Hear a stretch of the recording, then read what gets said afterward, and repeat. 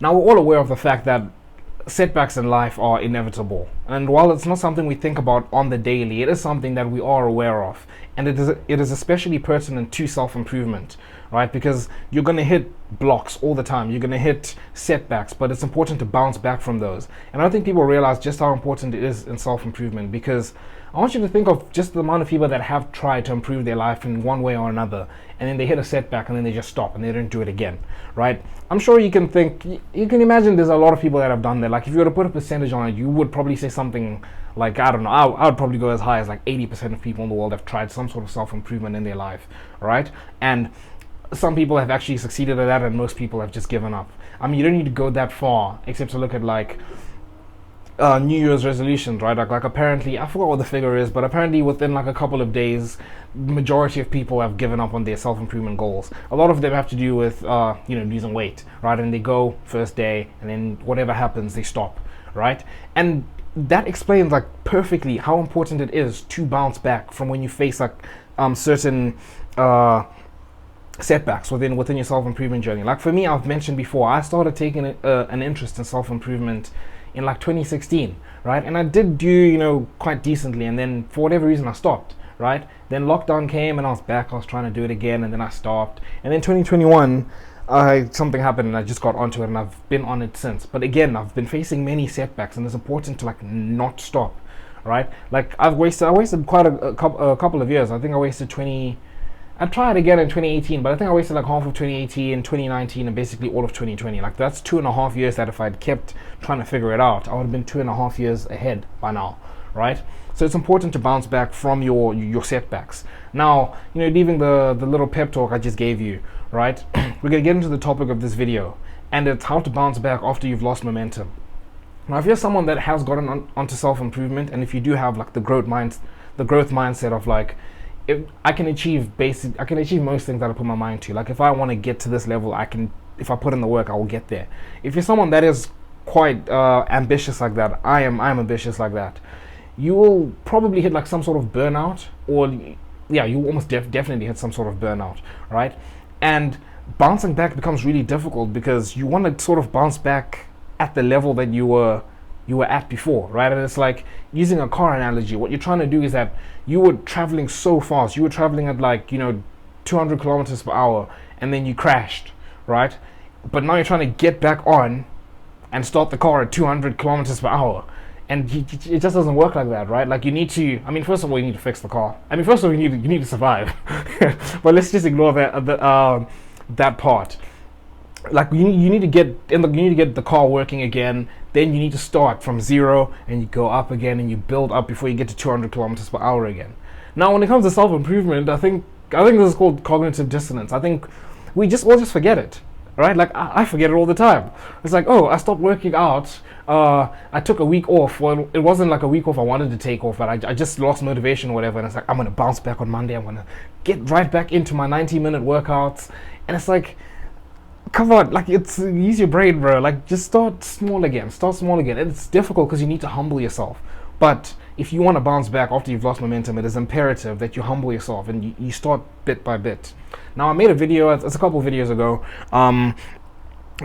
It's called I think the title is "You Only Need to Work 2 Hours in Your Life" or whatever. And you don't need to watch many of my videos to know what I'm going to speak about. And it's that it's important to just do the activities that matter the most. Right? Like again, what's the most important thing when it comes to like getting into shape? It's working out. You want to make sure you hit those workouts. Now, if it's between choosing, I'm gonna try and get right back into it the way I wanted to at like working out, for 1.5 hours a day, but I'm gonna end up not working out, or I'm gonna do 10 minutes, but it's not it's not difficult for me to get myself to do 10 minutes, or even just some push-ups. Like I told you to go there for like 5 minutes to do some push-ups. If you have to choose between the two, in your brain, you're going to choose the 90-minute workouts because it's like you think you're going to do it, but deep down, you're probably not going to do it. Just get yourself to do the 5 minutes, bro. Like just be like, okay, I can start again, but I need to build. Just go back to the analogy I used of the car. You need to start again, but build that momentum in a more sustainable manner so you can do it over a long period of time. Because what's going to happen is if you do try and get right back into it, and I know this from experience, is I'm just going to drop back again, right? If I even manage to get back on the wagon again. If I do, I'll do it for like 1 or 2 days and I'm off again, right? Because I'm not doing it at the same at the same pace. I've lost the motivation. I don't have the momentum anymore. Right? So just going back to the title of the video, the most important thing is if you want to build back your momentum after you've lost it, it is important that you humble yourself and you start small, right? But again, it doesn't even need to be that small for that long. Like again, all you need is like 2 weeks to get into the rhythm. You've heard that thing about, I forgot what the number is. It's like you need 21 days or 66 days to build a habit, whatever it is. Just do 2 weeks, right? If it's 2 weeks of just doing it bit by bit, within 2 weeks you're back up and running, bro. You're back up and running. And the thing is, those 2 weeks are not even wasted.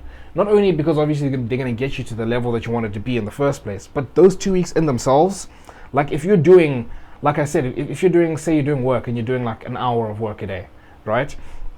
That hour is, if it's proper, you're still going to get a lot of work done. You're going to make so much progress, right?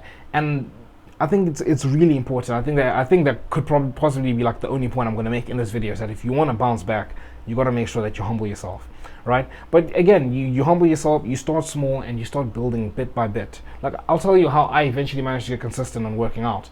And for long I'd been trying to start like doing my 1 hour workouts and everything, and I just never got that consistent. But how I actually started becoming consistent was I started with just going onto YouTube. I was like, I'm going to do 3 workouts a week, right? Monday, Wednesday, Friday.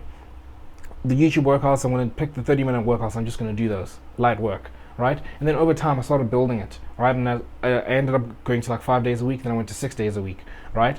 But before I went to the 6 days a week, I was happy with 5 days a week. I was like, okay, let me start making these like more proper, right? Like I'm gonna start doing push-pull legs, push-pull, or I forgot exactly what it was, but it was more focused. And I was just building it bit by bit. Then I went to 6 days a week, right? Then I started doing that. I did my bulk that way. Then afterwards, I was like, okay, I have like weak points I want to hit. Now I want to start focusing on my neck, right? My arms are quite tiny. I want to focus on those. I'd like to get like a good ab, like a good midsection. Like I want to build my obliques and my abs to be like popping properly. Work on that, right? My calves aren't that great. I want to try and like maximize those. I was like, then I started tweaking my workouts, right? But that was 2 years afterwards. You know, like it was 2 years after I started like properly. Like you build bit by bit, and that's how you actually start making serious progress. So yeah, that's all I got for the video. Make sure you humble yourself and you start small and build momentum. Picture the analogy I gave you about the car. Yeah, make sure you subscribe to join the Self-Improvement Brotherhood, and until next time, see you boys.